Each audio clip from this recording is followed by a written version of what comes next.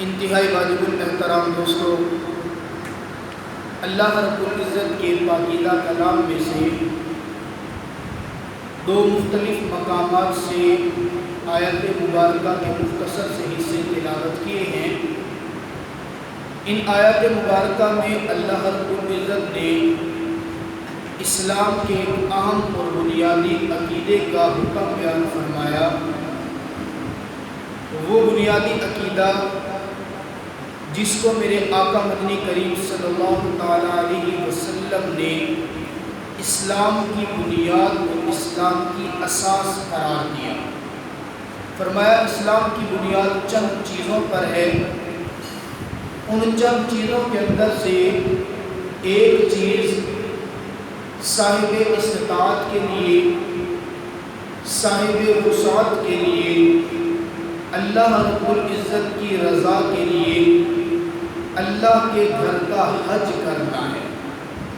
حج کرنا ایک بہت بڑی عبادت ہے، اور یوں کہہ لیجئے کہ جتنی عبادتیں ایک مسلمان کرتا ہے ان تمام عبادتوں کے اندر سے ایک عاشقانہ مجذوبانہ عبادت یہ حج کی عبادت ہے۔ واحد عبادت ہے کہ جس عبادت کو ادا کرنے کے لیے آپ کو سفر کرنا پڑے گا، اپنا گھر بار چھوڑنا پڑے گا، اپنے بیوی بچے چھوڑنے پڑیں گے، آرام سکون چھوڑ کر رب تعالیٰ کے گھر میں جانا پڑے گا۔ علماء نے لکھا چند چیزیں ایسی ہیں کہ جن سے انسان کا کبھی دل نہیں بھرتا۔ ان چند چیزوں کے اندر سے ایک چیز یہ کہ آسمان کا جو نیلا رنگ ہے، کبھی انسان کی آنکھ اس کو دیکھنے سے تھکتی نہیں ہے۔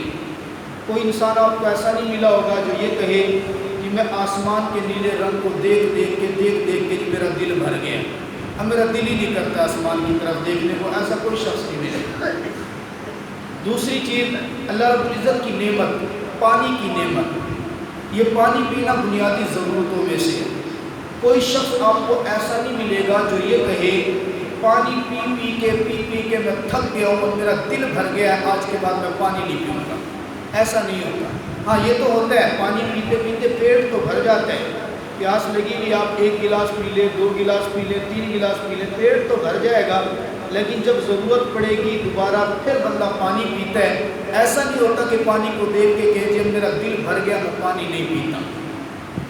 اسی طرح عورت کے دل کے اندر بیٹے کی خواہش، یہ ایک ایسی خواہش ہوتی ہے کہ اس سے کبھی دل نہیں بھرتا۔ کوئی بھی عورت ہے اس کے دل کے اندر خواہش رہتی ہے کہ مجھے اللہ نرینہ اولاد دے۔ عورت کیا مردوں کے دل میں بھی خواہش ہوتی ہے، ہونی بھی چاہیے، اللہ مجھے نرینہ اولاد دے۔ ایسا نہیں ہوتا کہ کوئی عورت یہ کہ میرے 2 بیٹے ہو گیا بس میرا دل بھر گیا، اللہ مجھے کوئی بیٹا نہ دے، میرے 4 بیٹے ہو گیا مجھے کوئی بیٹا نہ ملے، میرا دل بھر گیا، ایسا نہیں ہوتا۔ اسی طرح ایک چیز اللہ رب العزت کا گھر ہے۔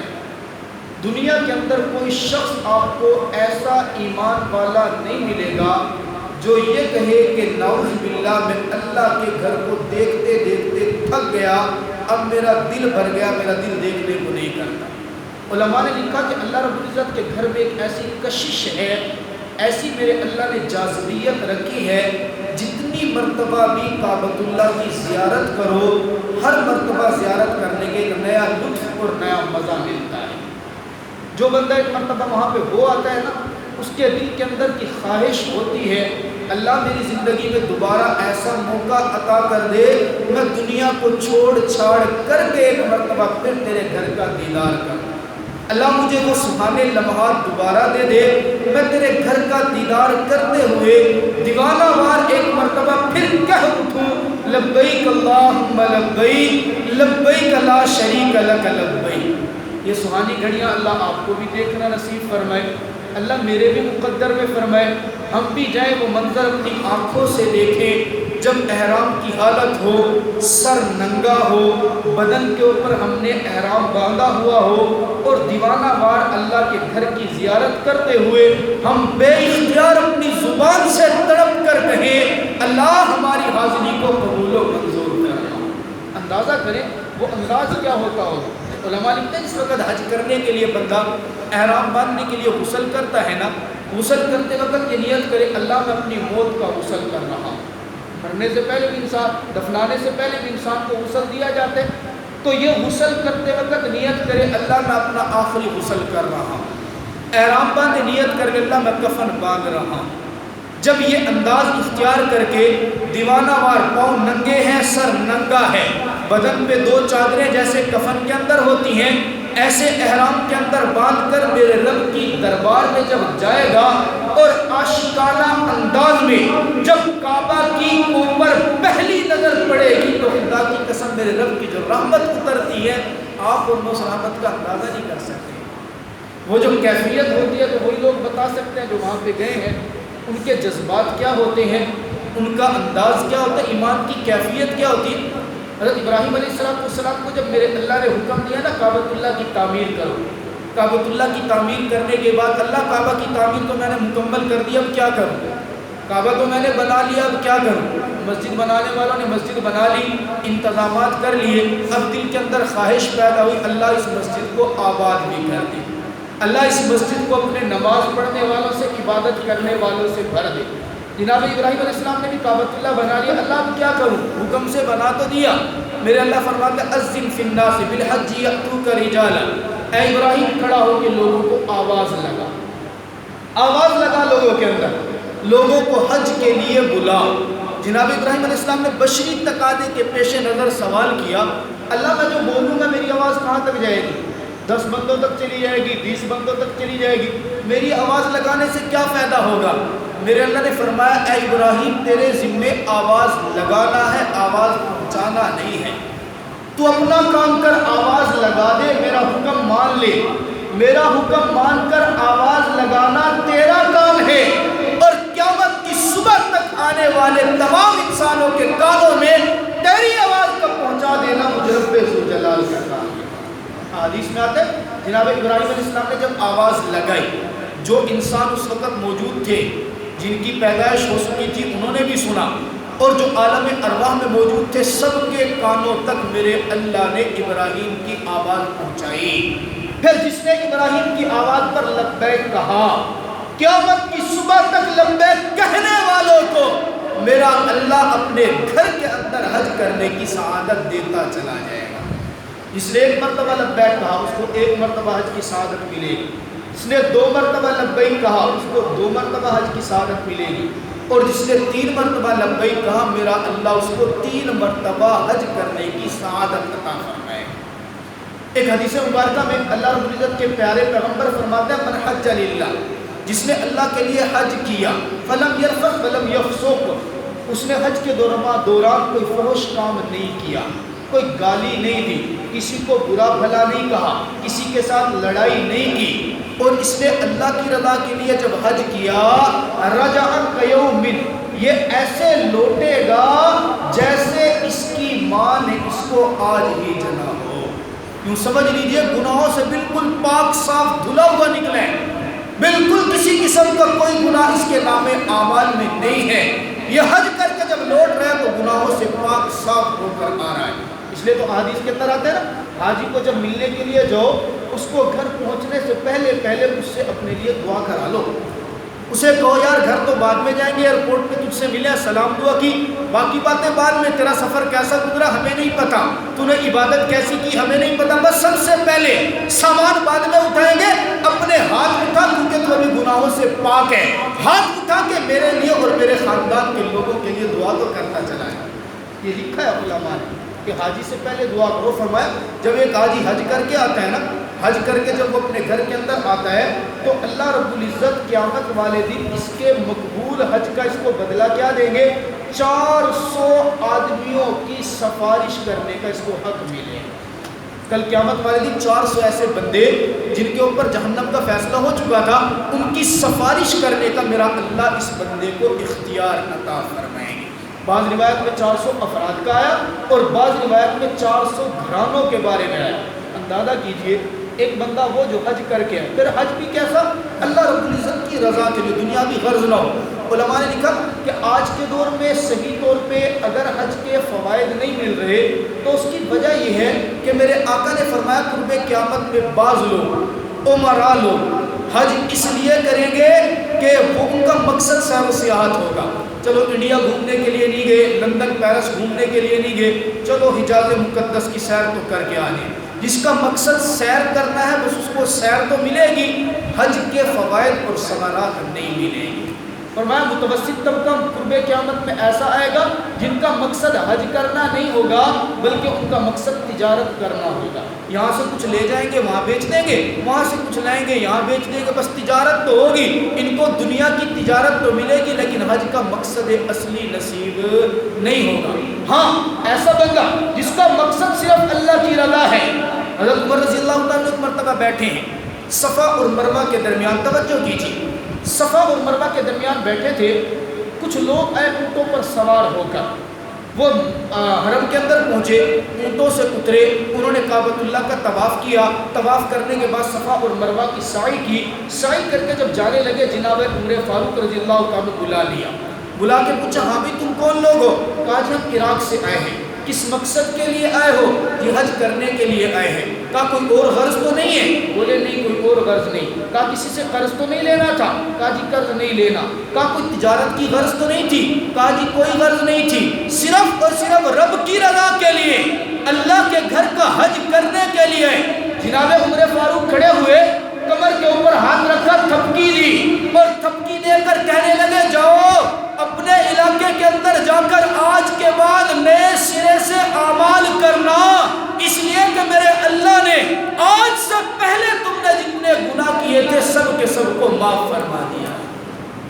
اور یہ جو جناب عمر فاروق نے فرمایا یہ کوئی اپنی طرف سے نہیں فرمایا, آپ علیہ السلام کی حدیث ہے. حضرت عبداللہ ابن عمر رضی اللہ تعالیٰ عنہ پیارے صحابی ہیں, فرماتے ہیں ایک مرتبہ آپ علیہ السلام کے ساتھ بیٹھا ہوا تھا. دو آدمی آئے, ایک قبیلہ انصار سے تعلق رکھتا تھا, ایک قبیلہ بنو ثقیف سے تعلق رکھتا تھا.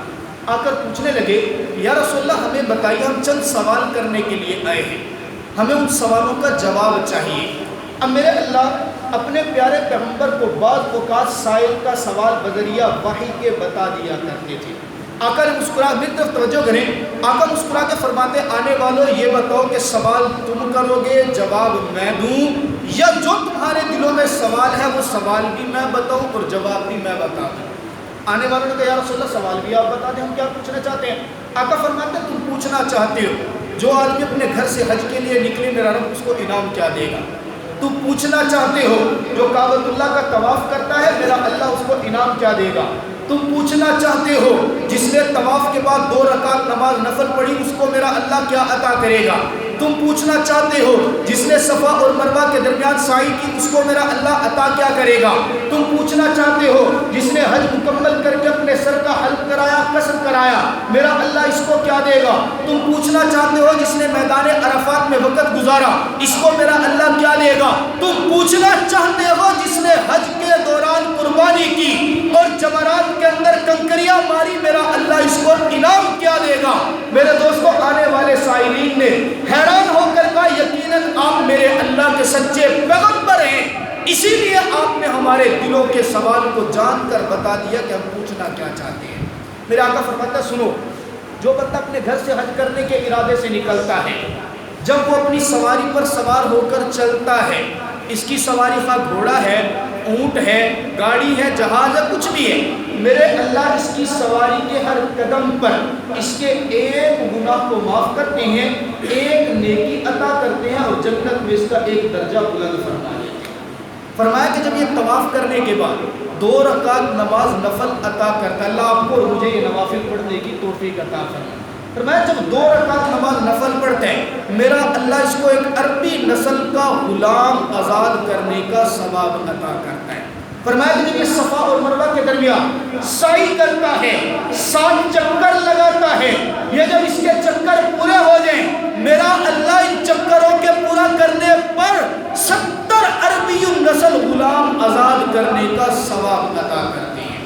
اور فرمایا جب یہ میدان عرفات پہ پہنچتا ہے, میدان محشر کا ایک منظر ہوتا ہے, وہ اللہ تعالیٰ آپ کو مجھے وہاں جانے کی توفیق دے. سب لوگ سر سے ننگے ہیں, بدن کے اوپر احرام باندھا ہوا ہے, پاؤں کے اندر جوتے نہیں ہیں, سر کے بالوں کے اوپر گرد پڑی ہوئی ہے, ان کی عاشقانہ حالت ہے, زبان پر صرف ایک جملہ ہوتا ہے لبیک اللہم لبیک, اے میرے اللہ ہم حاضر ہو گئے, اللہ تو نے ہم پر حج فرض کیا, ہم گھر سے چلے, کاروبار چھوڑا, بیوی بچوں کو چھوڑا, نوکری ملازمت کو چھوڑا, رشتہ دار کو چھوڑ کر اللہ تجھے راضی کرنے کے لیے آ گئے.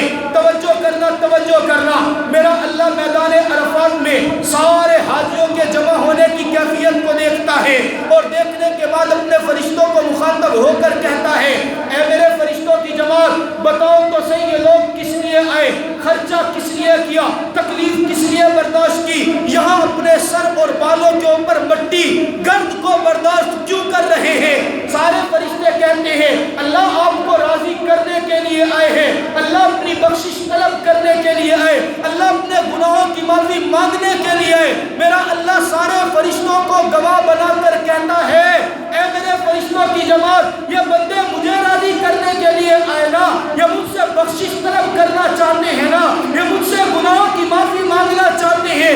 آج تم سارے گواہ بن جاؤ, آج کے دن میں اپنے ان تمام بندوں کے نام اعمال سے سارے گناہوں کو معاف کر دیتا ہوں. اور پھر یوں حدیث میں الفاظ آتے ہیں, میرا اللہ فرماتا ہے ان حاجیوں کے نام اعمال کے اندر اگر اتنے گناہ لکھے ہوئے ہیں جتنے کہ زمین پر پڑے ہوئے ریت کے ذرات ہیں, اگر اتنے گناہ ہیں جتنے کہ آسمان سے برسنے والی بارش کے قطرات ہوتے ہیں, اگر اتنا گناہ ہے جتنے کہ زمین پر موجود درختوں کے پتے ہیں, مجھ رب کو اپنے ربوبیت کی قسم میں ان کے سارے گناہوں کو اپنی رضا کے لیے معاف کرتا ہوں. اندازہ کیجیے حج کرنے والوں پہ فرمایا, جب یہ حاجی حل کرواتا ہے نا, اپنے سر کے بال کو کرواتا ہے, ٹلڈ کرواتا ہے, فرمایا کہ اس کے سر کے اوپر جب اس طرح چل رہا ہوتا ہے, اس کے سر کے جتنے بال اترتے ہیں, میرا اللہ ہر بال کے بدلے اس کے ایک گناہ کو معاف کر دیتا ہے, اس کے نام اعمال میں ایک نیکی لکھتا ہے. اور جب یہ قربانی ذبح کر رہا ہوتا ہے تو قربانی کے ذبح کرنے کے وقت میرا اللہ جتنے بال قربانی کے جانور کے جسم پر ہوتے ہیں اتنی نیکیاں اس کے نام اعمال میں لکھ دیتے ہیں. اندازہ کیجئے ہر قدم پہ نیکیاں, ہر قدم پہ گناہوں کا معاف ہونا. اسی لیے تو فرمایا جب یہ گھر کے طرف لوٹے گا تو ایسے لوٹتا ہے جیسے گناہوں سے پاک ہو کر ماں کے پیٹ سے آج ہی پیدا ہوا ہو.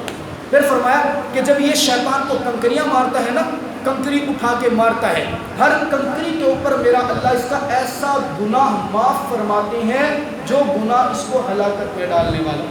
فرشتے پوچھتے اللہ آپ نے سارے گناہ تو معاف کر دیے, یہ تو وہ بندہ ہے جس کی نسبت فلاں عورت کی طرف تھی, اس کی نسبت تو فلاں مرد کی طرف تھی, اللہ اس نے تو فلاں گناہ کیا تھا, اس نے تو فلاں گناہ کیا, تو سارے بڑے گناہ آپ نے معاف کر دیے. میرا اللہ فرماتے دیکھو تو صحیح یہ دیوانہ بن کے آیا کس کے دروازے پہ ہے, دنیا کے جاگیردار کے دروازے پہ کوئی معافی مانگنے چلا جائے وہ بھی معاف کر دیتا ہوں, میں تو پیدا ہی سب کو کرنے والا ہوں. یہ آیا میری دربار پہ ہے, میری دربار پہ اس نے اپنا سر جھکایا ہے, اس کے سر جھکانے میں دیر ہو سکتی ہے, مجھے رب کے معاف کرنے میں کوئی دیر نہیں. لیکن ساتھ میرے دوستوں عرض یہ بھی ہے, فرمایا حج کو ہونا چاہیے حج جس میں صرف اللہ کی رضا کی نیت ہو. اگر کوئی اور نیت آ گئی تو پھر یہ حج قبول نہیں. علماء نے واقعہ لکھا فضائل اعمال کے اندر, شیخ الحدیث مولانا زکریا رحمۃ اللہ علیہ نے واقعہ لکھا, فرمایا کہ ایک حاجی حج کرنے کے لیے گیا, حج کرتا ہے, طواف کرتا ہے, طواف کے دوران زبان سے جملہ نکالتا ہے لبیک اللہم لبیک لبیک لا شریک لک لبیک. ادھر سے یہ آواز نکلتا ہے, غیب سے آواز آتی ہے لا لبیک, تیری حاضری قبول نہیں ہے.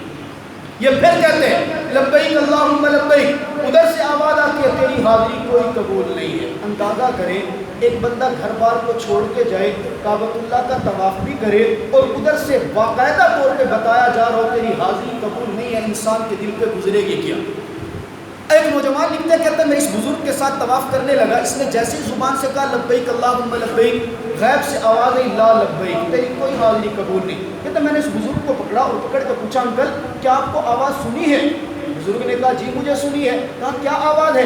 بزرگ نے کہا کہ میری آواز پر کہا جا رہا ہے کہ تیری لبیک, تیری حاضری قبول نہیں. نوجوان کہتا جب آپ کی حاضری قبول نہیں تو آپ یہاں پر طواف کیوں کر رہے ہیں؟ میرے دوستوں بزرگ کا جملہ سننا, میرا اللہ کبھی تو یوں کرتا ہے چھوٹے چھوٹے جملے میں پوری زندگی کے گناہوں کو معاف فرما دیتا ہے, اور کبھی کبھی یوں بھی ہوتا ہے کہ چھوٹی سی بات زبان سے نکلے ساری زندگی کی نیکیاں ضائع ہو جاتی ہیں۔ یہ بزرگ کہنے لگا بیٹا تو آج پہلی مرتبہ حج کرنے کے لیے آیا، میں نے اپنی زندگی کے 70 سال گزار دیے، یہ میری زندگی کا 70واں حج ہے، میں 70 سال سے باقاعدہ حج کرنے کے لیے آ رہا ہوں، تو نے آج پہلی مرتبہ سنا، میں 70 سال کے اندر ہر مرتبہ یہی آواز سنتا ہوں، میں آ کر طواف کرتا ہوں، غیب سے آواز آتی ہے تیرا طواف قبول نہیں، میں کہتا ہوں لبیک، غیب سے آواز آتی ہے تیرا لبیک قبول نہیں، میں کہتا ہوں اللہ میں حاضر ہوں، غیب سے آواز آتی ہے میں تیری حاضری قبول نہیں۔ لیکن نوجوان یہ تو بتا دے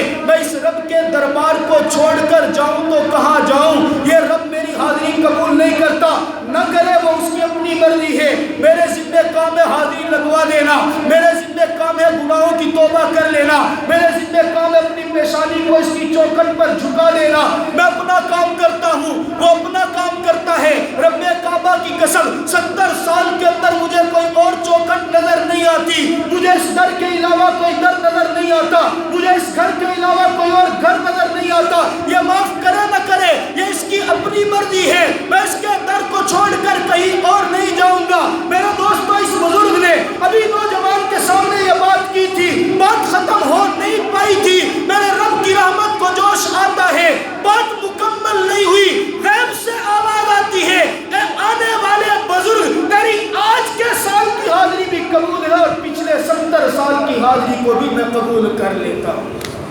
کس بات کی طرف؟ وہ قبول کرے نہ کرے ہمارا کام تو اس کے سامنے جھکانا ہے نا، اس کے چوکھٹ کے علاوہ ہمیں چوکھٹ نظر بھی تو کوئی نہیں آتی نا، اس لیے فرمایا اپنے گناہوں کی توبہ کرتے رہنا چاہیے، اپنے گناہوں کی بخشش طلب کرتے رہنا چاہیے۔ خیر میں عرض کر رہا تھا حج یہ بہت بڑی قیمتی عبادت ہے، اس عبادت کو جب اللہ کی رضا کے لیے اللہ آقا مدنی کریم صلی اللہ علیہ وسلم نے فرمایا الحج المبرور لیس له جزاء، جو نیکی کے لیے حج کی جاتی ہے اس کا کوئی اور بدلہ نہیں ہے الا الجنہ، اس کا بدلہ صرف اور صرف جنت میرا اللہ عطا کرتا ہے۔ ہاں جس بندے کے اوپر حج فرض ہو گیا، جس بندے کے پاس اتنا مال اتنا اس کے پاس وسعت آ گئی کہ حج اس کے ذمہ فرض تھا لیکن اس نے اس فرض کے اندر کوتاہی کی اور حج کرنے کے لیے نہیں گیا، آقا مدنی کریم صلی اللہ علیہ وسلم فرماتے ہیں ایسا بندہ یہودی ہو کے مرے یا نصرانی ہو کے مرے مجھے اس کا کوئی پرواہ نہیں ہے۔ اندازہ کیجئے جس کے ذمہ حج فرض ہو گیا اور اس نے حج کرنے نہیں گیا، سستی کرتا ہے، کوتاہی کرتا ہے، میرے آقا فرماتے ہیں یہ یہودی ہو کے مرے یا نصرانی ہو کے مرے مجھے اس کا کوئی پرواہ نہیں ہے۔ اس لیے میرے دوستو درخواست یہ ہے حج کریں اللہ رب العزت کی رضا کے لیے، جس بندے کے اوپر حج فرض ہو جائے اس کے اندر کوتاہی نہ کرے، یہ نہ کرے کہ آئندہ سال کر لوں گا اس سے آئندہ سال کر لوں گا، کوئی پتہ نہیں ہے کہ زندگی کتنی باقی ہے کتنی نہیں۔ جس پر فرض ہو گیا حج وہ سب سے پہلے کوشش کرے اپنے ذمے سے اس فرض کو اتارنے کی۔ ہاں اگر کوئی ایسا ہے کہ والد تھا اس کے اوپر حج فرض ہو گیا، وہ حج نہیں کر سکا، دنیا سے چلا گیا، وقت نہیں ملا، اولاد کے ذمہ ضروری ہے وہ اپنے والد کا حج بدل ضرور کروائیں۔ حج بدل کیا ہوتا ہے؟ میرے آقا فرماتے ہیں حج بدل کرنے والا کرانے والا 3 بندوں کی میرا اللہ بخشش فرماتا ہے۔ ایک تو وہ جس کی جانب سے حج بدل کیا جا رہا ہے، دوسرا وہ جو اس کا حج بدل کرانے کا خرچہ ادا کر رہا ہے، اور تیسرا وہ جو حج کرنے کے لیے جا رہا ہے۔ ان 3 لوگوں کی بخشش میرا اللہ اس حج کرنے کی وجہ سے کر دیتا ہے۔ اللہ رب العزت ہم سب کو اپنے گھر کی زیارت کرنے کی توفیق عطا فرمائے، اپنی رضا کے لیے ہم حج بیت اللہ کرنے کی توفیق اور سعادت نصیب فرمائے۔